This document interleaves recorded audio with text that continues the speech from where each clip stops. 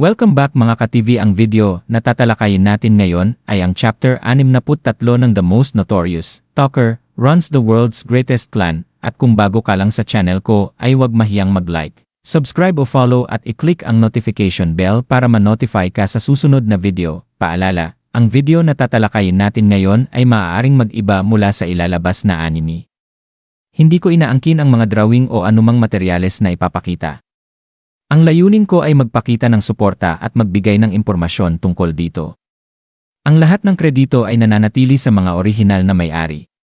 Maraming salamat. Mahinahong nagsalita si Malebolge, na parabang tinatalakay lamang niya ang isang hindi maikakailang katotohanan. Ayon sa kanya, ang kabaliwan ang mismong diwa ng sangkatauhan. Ipinaliwanag niya na humigit kumulang 8% ng ng tao ay binubuo ng mga endogenous retrovirus na nakaapekto sa kanilang mga ninuno noong sinaunang panahon, noong mga unggoy pa lamang ang mga ninuno ng tao. Ang mga impeksyong iyon ay nagdulot ng mga pagbabago sa ebolusyon na naging sanhi ng paglitaw ng kakaiba at hindi pangkaraniwang pag-ugali.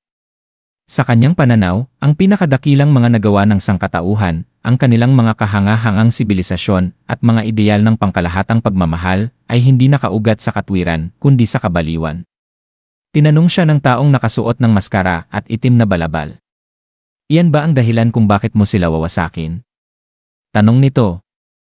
Pinakalma siya ni Malebolge at pinaalala ang kanilang kasunduan. Nangako siyang bago tuluyang mapuksa ang sangkatauhan, papatayin niya muna ang babaeng iyon.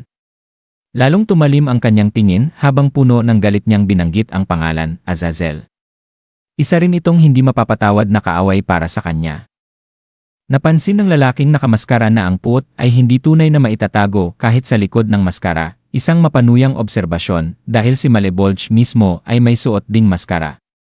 Napagpasyahan ng lalaki na malabong sirain ni Azazel ang kanyang pangako, ngunit sa ngayon, kailangan pa rin niya ang kapangyarihan ng babaeng iyon. Gayunpaman, sa kanyang isipan, alam niyang magbabago ang lahat pagdating ng tamang oras. Pagkatapos ay napunta ang kanyang atensyon sa isang lalaking tahimik na nakatayo sa sulok.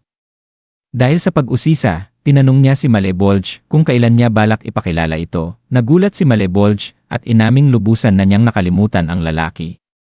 Ipinaliwanag niya na ang estranghero ay isang tagapangasiwang ipinadala ng kagalang-galang na matandang Panginoon. Gumawa siya ng senyas gamit ang kamay at pinapalapit ang lalaki bago inanyayahan itong ipakilala ang sarili. Lumapit ang lalaki habang may daladalang napakalaking palakol at maikli lamang ang sinabi. Empereo, wika niya. Ang espiritu ng mandirigma. Samantala, bumalik ang eksena sa opisina ni Andrea, kung saan nakikipag-usap sina Noel at Hugo sa kanya ukol sa isang kasunduan.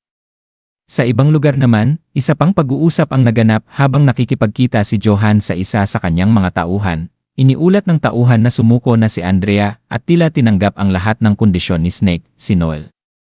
Tinanong nito kung paano sila magpapatuloy, nanatiling kalmado si Johan at itinuro na kahit ilabas pa nila ang impormasyon sa media, wala silang matibay na ebidensya. Tiyak na mahusay na maiiwasan ni Snake ang anumang paratang laban sa kanya. Gayunpaman, iginiit ng tauhan na ang mabilis na pagyaman ni Noel ay isa ng seryosong problema.